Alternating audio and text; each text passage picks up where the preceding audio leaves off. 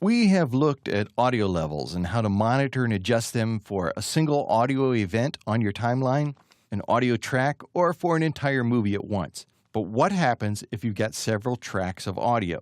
Say the audio track from your movie, a musical soundtrack, and narration. And you want to mix and even vary the levels of these audio tracks so that one track dominates. And for instance, the music will dominate except when the narration comes in. Then the music gets quiet while the narration is playing. And when the narration ends, we want our music to come back up again. To do this kind of a mix, we're going to use something called audio envelopes. Audio envelopes are applied to an entire track at once. And to demonstrate those, I'm going to select track number 2. This is the audio track that goes with the video that was shot. This is the live audio. And now that I've selected the track header, I will go to Insert, Audio Envelopes, and Volume, because that's the characteristic that I want to control.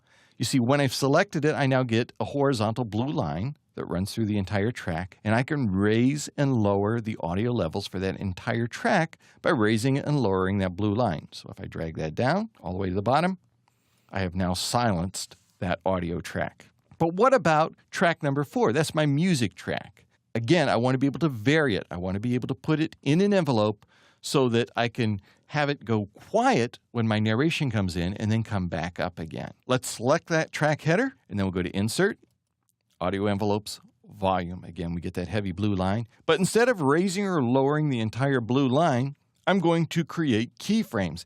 Keyframes are easily created simply by double-clicking on that heavy blue line. Double-click, there's a keyframe. Double-click, there's a keyframe, and I can use that to lower the volume for this segment. Put another keyframe at the end of my narration, another keyframe so I can bring the audio back up to its regular level. With the second narration, I'm just going to put down 4 keyframes, 2 at the beginning, 2 at the end. And then all I need to do is just grab that line in the middle. I can drag that down. Now, rather than judge how this is going to mix by listening to the sound coming out of my speakers, I want to be more precise. So I recommend that you use your audio meters if you too want to be very precise. And you can do that by going to the View menu and selecting the mixing console. Now we can look at the individual audio tracks. And I'm most interested in audio track 4. I'm interested in watching how it plays. In order for the narration to dominate, I'm going to have to reduce the level to about -18 to -27 decibels on that meter.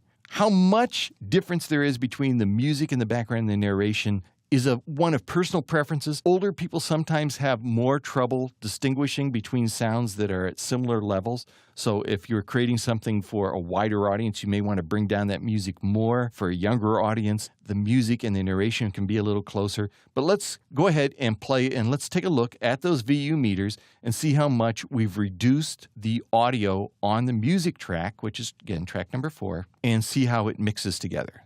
So I press L to play. Watch the meters. I don't know why I'm so drawn to this beach when I need time to think. I guess it's because it's the perfect place for those times when solitude is both healing and toxic. So there you can see that when we have used these envelopes, we have reduced the audio wherever the narration appears down to about -27 decibels. That's a good mix. And you could hear it. It was subtle. It wasn't enough that we actually noticed the volume was dropping down in the music, and it allowed the narration to dominate.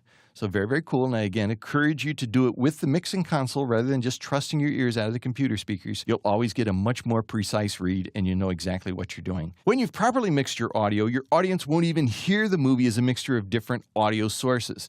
They'll only hear one audio, and that's the final mixed audio that you create. Using these keyframes and audio envelopes to set the levels for this mix, as well as using a precise tool like the audio mixer to monitor your results, this will ensure you have a smooth, natural mix of dialogue, ambient sound, music, and narration.